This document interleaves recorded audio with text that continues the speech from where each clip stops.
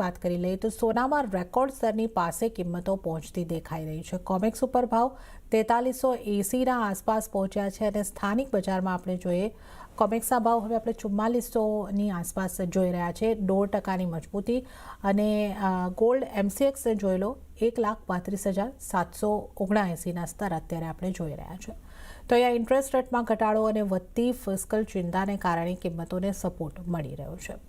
રવિજી, સોનામાં record સ્તરોની આસપાસ કારોબાર કઈ રીતે આપ જોઈ રહ્યા છો? હજી સોનાની મજબૂતી આગળ વધી શકે?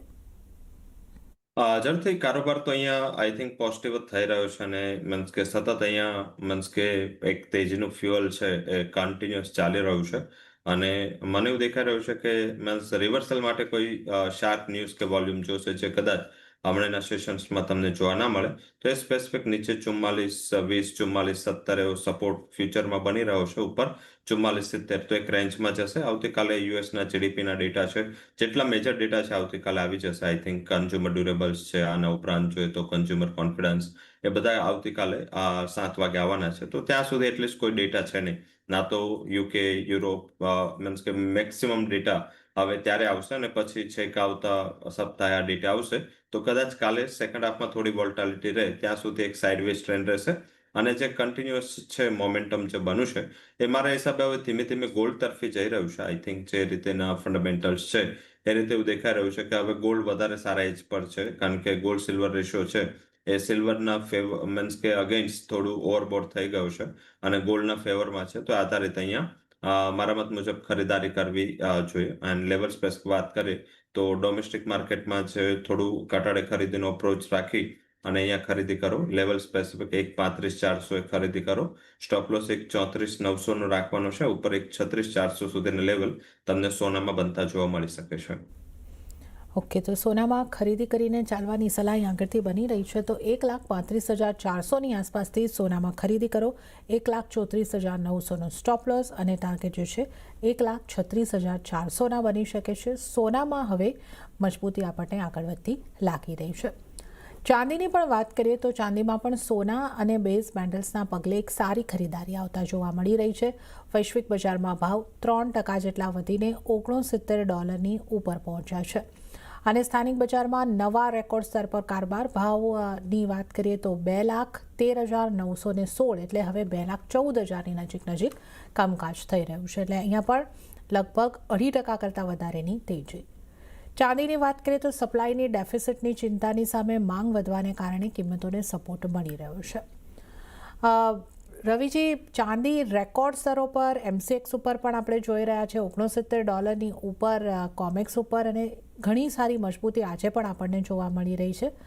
હવે જે રીતે આપ જણાવી રહ્યા હતા કે ગોલ્ડ સિલ્વર રેશિયો હવે સોનાના ફેવરમાં જઈ રહ્યો છે, તો ચાંદી પર આ સ્તરોથી આગળ કેવા મૂવ્સ આવી શકે અને કઈ રીતે આપની રણનીતિ રાખવાની સલાહ બનશે ચાંદી માટે?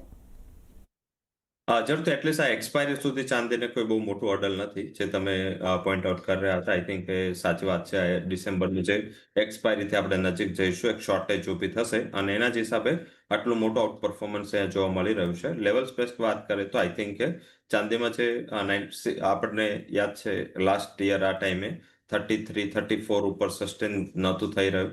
એ આજે 69 પહોંચી ગયું. પછી માર્કેટને 49નું ટોપ લાગતું હતું કે જે જૂનો જે પ્રીવિયસ હાઈ છે $49 એને ક્રોસ કરશે. એને ક્રોસ કરીને બીજા $20 ઉપર આવી ગયું. તો આઈ થિંક નોર્થવર્ડ ડિરેક્શનમાં મોમેન્ટમ ચાલુ છે. બેઝિક સપ્લાય શોર્ટના હિસાબે જ્યારે ત્યારે એક મોમેન્ટ આવે છે તો આ જ રીતેનું છે. સાથે હવે તો મીન્સ કે એક નવી ટેકનોલોજી આધારિત બેટરીઝ છે એ સિલ્વરની ટેકનોલોજી આધારિત બેટરી ફાઇન થઈ ચૂકી છે, જેમાં એક બેટરીમાં 1 કિલો સિલ્વર જોઈએ છે. અને મીન્સ કે આ બેટરીની જે મીન્સ કે જે EV અંતર્ગત આ બેટરી જે સંશોધન થઈ ગયું છે એમાં પર્ટિક્યુલર એની જે રેન્જ છે 600 કિલોમીટરની છે અને સાથે ચાર્જિંગ છે એ માત્ર 1 કલાકની અંદર મીન્સ કે 30 થી 40 મિનિટમાં ફૂલ ચાર્જ આ બેટરી થઈ જાય. તો આઈ થિંક આ એક નવી ટેકનોલોજી એના અંતર્ગત સિલ્વરને એક મોટી ડિમાન્ડ આવવાની માર્કેટને એક એક્સપેક્ટેશન છે. અને એના હિસાબે મીન્સ કે અત્યારે જે બેટરીમાં સિલ્વર વપરાય છે મેક્સિમમ 100 ગ્રામથી નીચેની મીન્સ કે 40-50 ગ્રામ સિલ્વર વપરાય છે.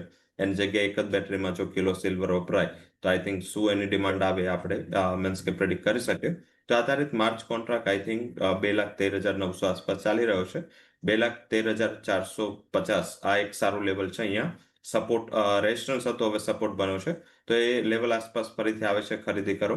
સ્ટોપ લોસ રાખી શકાય 2,12,800 અને 2,14,800 સુધીના ટાર્ગેટ ચાંદીમાં બનતા જોવા મળી શકે. બટ મારા હિસાબે થોડું કોશિયસ રહેવું જોઈએ. વોલ્ટાલિટી થોડી વધશે, તેજીનો ટ્રેન્ડ ડેફિનેટલી ઇન્ટેક છે. બટ હવે ધીમે ધીમે વોલ્યુમ ઘટશે તો એની જે સ્ટ્રેન્થ છે એ કમ્પેરેટિવ ઓછી થતી જશે.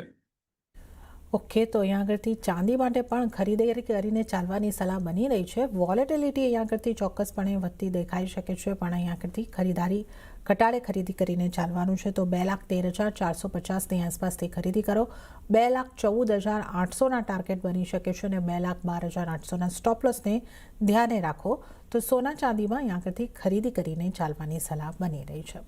અને આ સાથે હાલ